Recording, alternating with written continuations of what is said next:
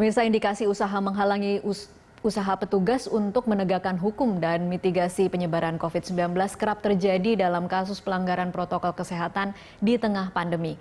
Negara harus tegas dan jangan sampai kalah dengan usaha-usaha seperti ini. Kita akan membahas ini bersama anggota Komisi 3 DPR RI, Wayan Sudirta. Selamat sore, Pak Wayan. Selamat sore, Mbak Tasya. Iya, Pak Wayan, usaha 3T, tracing, testing, treatment, ini kan sangat penting dilakukan untuk kemudian bisa melakukan pencegahan penyebaran yang lebih luas lagi. Nah, ada usaha untuk menghalangi usaha ini. Bagaimana Anda melihatnya? Ya, pemerintah dalam hal ini polisi sebagai mewakili negara, namanya aja kepolisian negara, nggak boleh tanggung-tanggung menegakkan aturan. Sekali dia tegas, ibarat pohon yang rebah, kambing akan meniti pohon itu, daunnya dimakan. Tidak boleh lemah, tidak boleh kompromi kalau menyangkut kepentingan negara. Apalagi situasinya demikian rupa, jika risikonya besar, janganlah justru polisi mengambil risiko yang begitu besar, misalnya dengan mengistimewakan seseorang. Dan di Indonesia berlaku asas persamaan di depan hukum, equality before the law. Artinya tidak ada yang boleh kebal hukum, tidak boleh ada yang diistimewakan. Gunakanlah konstitusi mengukur langkah-langkah polisi, gunakanlah konstitusi mengatur negeri ini, gunakanlah konstitusi untuk jelaskan kepada masyarakat, mengambil langkah-langkah yang tepat bagi semua warga negara, sehingga semua merasa terayomi jika konstitusi dijalankan. Sekali konstitusi menganak-emaskan orang tertentu, mengistimewakan orang tertentu, masyarakat yang mendengar, yang mengetahui itu sakit rasanya. Apa iya seseorang boleh diistimewakan?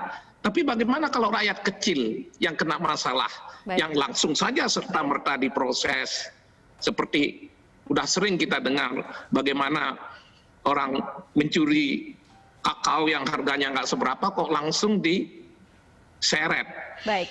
Saya ingin mengingatkan pada kita semua, orang-orang yang suka berteriak agar orang lain dipenjarakan, diseret, hukum harus ditegakkan. Jangan ketika dia kena masalah berbalik dia sendiri paling tidak taat hukum.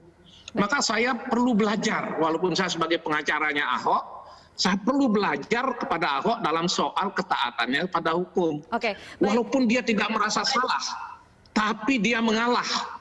Ketika kalau bandingnya diajukan nanti membuat kegaduhan, dia tidak banding. Setiap dipanggil dia datang, tidak pernah terlambat. Itu Ahok boleh menjadi guru bagi saya. Sebagai contoh yang paling baik untuk ditiru dalam ketaatan terhadap hukum. Orang lain juga harus belajar begitu. Baik Pak Wayan, saya ingin tahu menurut Anda ketika ambil saja contoh yang terakhir ketika petugas ingin mengantarkan surat, kemudian tiba-tiba ada pagar betis. Menurut Anda dalam prakteknya harus seperti apa petugas ketika menghadapi ada kelompok yang kemudian bertindak lebih menakutkan daripada petugas atau dalam jumlah yang lebih besar? Ya, bentrokan antara petugas dan masyarakat memang perlu dihindarkan. Tapi bukan berarti kalau menghindarkan bentrokan, penegakan hukum tidak dijalankan. Sekarang sejauh mana penghalangan itu memenuhi unsur-unsur menghalangi petugas yang menjalankan kewajibannya. Jika polisi ragu tentang unsur-unsur itu sudah terpenuhi apa tidak terhadap penghalangan terhadap petugas, datangkan aja ahli. Kalau ahli menyatakan oh sudah terpenuhi, tidak ada pilihan lain. Bisa seperti apa? Petugas bisa setegas apa, Pak Wayan? Ditindak, diproses. Kalau memang unsur-unsur sudah terpenuhi, diproses. Bahwa penting membicarakan harmonisasi, keguyuban dengan masyarakat, kerukunan masyarakat itu penting. Tapi letaknya keguyuban dan keharmonisan itu di mana? Kalau setiap penegakan hukum ditumpuki, ditenggelamkan dengan harmonisasi hubungan masyarakat dan polisi, kapan hukum bisa ditegakkan? Kalau polisi berpedoman pada harmonisasi semata. Harusnya kan harmonisasi di belakang penegakan hukum gitu. Justru penegakan hukum muaranya pada harmonisasi. Artinya kalau hukum ditegakkan, pasti ada keadilan, suasana nyaman, harmonisasi akan tercapai. Begitu Baik. mestinya. Pak Wayan, apa yang kemudian bisa, kalau tadi Anda mengatakan harus ada kriteria-kriteria yang kemudian bisa dikategorikan itu menghalangi petugas. Seperti apa misalnya, Pak? Unsur-unsur, Iya. unsur-unsur pasal yang akan didakwakan, bukan kriteria. Iya, Unsur-unsurnya seperti sudah apa, terpenuhi Pak? apa tidak? Ya, misalnya petugas udah bawa surat perintah apa enggak? Kalau dia bawa surat perintah berarti dia melaksanakan tugas yang sah. Yang kedua, tugas itu bisa dijalankan apa enggak? Kalau tidak, apa penyebabnya? Kalau tidak dapatnya terlaksana tugas itu karena ada halangan oleh orang atau sekelompok orang, maka harus dipelajari. Sudahkah pasal yang bersangkutan itu semuanya terpenuhi unsur-unsurnya? Kalau sudah, bahwa ini terbukti menghalangi petugas, nggak ada pilihan lain. So kalau sekali petugas dihalangi lalu polisinya lebek, lain kali semua orang yang punya massa, yang punya otot akan menghalangi petugas kepolisian. Apa polisi mau setiap tugasnya akan digagalkan? Jangan sampai ditiru orang. Ada yang menghalangi petugas, diistimewakan, lain kali orang akan meniru. Apa mau kondisi itu kita biarkan? Di negara yang begini besar, penduduknya luar biasa banyak, berbagai subkultur ada, perlu kita memberi perlindungan tanpa kecuali, tanpa mengenal asal-usul mereka. Tidak boleh ada yang kebal hukum, sekali lagi. Lakukan tindakan dengan tegas. Oke, baik. Sanksi apa yang kemudian bisa dikenakan untuk para pihak yang menghalang-halangi usaha polisi, seperti hari ini untuk memberikan surat panggilan? Dalam banyak kasus, saya tahu bahwa ketika petugas dihalangi, misalnya ketika ada pengosongan rumah, sering sekali pengosongan rumah instansi yang bagi masyarakat atau PNS atau TNI yang sudah pensiun tidak mau keluar rumah. Ketika mau dikosongkan dia menghalangi. Itu diproses kok. Saya punya beberapa catatan untuk itu. Semasa saya kerja di LBH, dan kita termasuk pada waktu itu diminta membela karena dia dituduh menghalangi petugas. Tapi kan kita tidak bisa mengatakan menghalangi petugas itu harus bebas dari segala tuntutan hukum. Tapi kita harus bela hak asasinya. Tapi kita harus menjelaskan pasal ini unsur-unsurnya begini. Kenapa Anda melakukan ini? Kalau unsurnya nanti bisa dibuktikan, bantahlah dengan bukti-bukti di pengadilan. Ketika polisi sudah membuat mereka menjadi tersangka, yang diteruskan menjadi terdakwa. Baik, Pak Wayan, kalau Anda melihatnya, kita melihat dari mulai tanggal 10 November, kemudian perayaan Maulid Nabi dan juga pesta pernikahan, kemudian ada lagi di puncak. Rentetan seperti ini, menurut Anda ketika itu dibiarkan, apakah memang ada keengganan atau ketidakmampuan dari polisi untuk bertindak lebih tegas? Kalau saya tidak melihatnya begitu, karena Komisi 3 kalau memang ada bukti bahwa dia tidak tegas, kita awasi, kita panggil, kita punya kewenangan untuk itu. Tapi sesungguhnya kalau kita baca medsos kan banyak yang mengkritik seolah-olah polisi tidak tegas.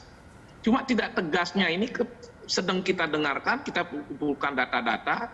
Kalau memang benar-benar polisi perlu dukungan dari Komisi 3 atau oleh masyarakat, kita pada waktunya akan mengingatkan, polisi tanpa dukungan siapapun, asal didukung oleh unsur-unsur dari pasal yang bersangkutan, konstitusi mewajibkan dia bertindak tanpa pandang bulu. Polisi itu sudah teruji, BRIMO, polisi, tentara teruji, menyelesaikan pemberontakan di berbagai daerah sejak awal-awal kemerdekaan. Masa sekarang dalam polisi yang sangat modern, canggih begini, merasa keteteran sampai ada orang yang misalnya menyampaikan kritik atau mencibir, tanda petik ya. Tapi harus dianggap bahwa cibiran itu bukan penghinaan untuk kasus yang seperti ini. Tapi itu harus dianggap dorongan. Saya pun sekarang bicara ini tidak lepas dari keinginan mendorong agar polisi bersikap tegas. Cuman cara saya mendorong polisi agar mereka tidak terasa terbebani, kita berikan dukungan, jangan takut. Rakyat sudah membiayai polisi dengan biaya yang luar biasa banyak. Apa yang polisi bisa berikan kepada rakyat? Ya keadilan. Artinya tidak ada yang diistimewakan. Jangan karena rakyat kecil ditindak, tapi tokoh tertentu tidak boleh ditindak. sekali lagi, contohlah bagaimana Ahok setiap dipanggil datang sebelum jamnya. Dia mencabut bandingnya, padahal dia tidak merasa bersalah, tapi mengalah supaya bangsa ini utuh, tidak timbul kegaduhan. Itu contoh yang baik untuk ditiru. Iya, Pak Wayan, artinya hingga saat ini belum ada rencana ya dari Komisi 3 untuk kemudian memanggil pihak kepolisian terkait bagaimana rentetan peristiwa pelanggaran PSBB yang kita lihat sejak tanggal 10 November hingga kemudian kesulitan untuk memanggil pimpinan FPI. Ya, polisi dan Komisi 3 itu satu sama lain harus saling memperkuat. Tidak setiap saat Komisi 3 panggil. Urusan polisi juga banyak. Tapi Komisi 3 pasti mengumpulkan bukti-bukti ini. Sekretariat mengumpulkan bukti-bukti ini. Kepala sekretariat nanti menyampaikan informasi baik pada anggota atau pimpinan komisi. Nah, kalau ada salah satu di antara anggota menyampaikan pada pimpinan atau salah satu pimpinan menyampaikan pada ketua, itu akan dijadikan pertimbangan untuk mendiskusikan kita perlu nggak rapat kerja dengan kepolisian untuk mengingatkan agar polisi lebih tegas. Sampai hari ini kami belum merasa perlu, karena kami lihat walaupun ada halangan misalnya pada batas tertentu, tapi saya kok melihat tugas-tugas kepolisian masih berjalan. Masih berjalan. Bahwa tidak sesuai dengan semua keinginan masyarakat, mungkin iya. Tapi sebagian besar saya rasa memberi dukungan pada polisi. Bahwa dukungan itu berupa peringatan, ya. Tapi itu harus diartikan sebagai dukungan. Tapi polisi harus sensitif. Jangan sampai masyarakat yang memberi dukungan, lalu mereka malah kecewa karena polisi yang didukung kok lelet begitu. Oke, artinya masih bisa lebih maksimal lagi sebenarnya tugas polisi saat ini? Paling tidak komunikasi dengan masyarakat harus dimaksimalkan, jangan sampai masyarakat salah paham, mengira polisi itu lelet atau kurang tegas. Atau membiarkan.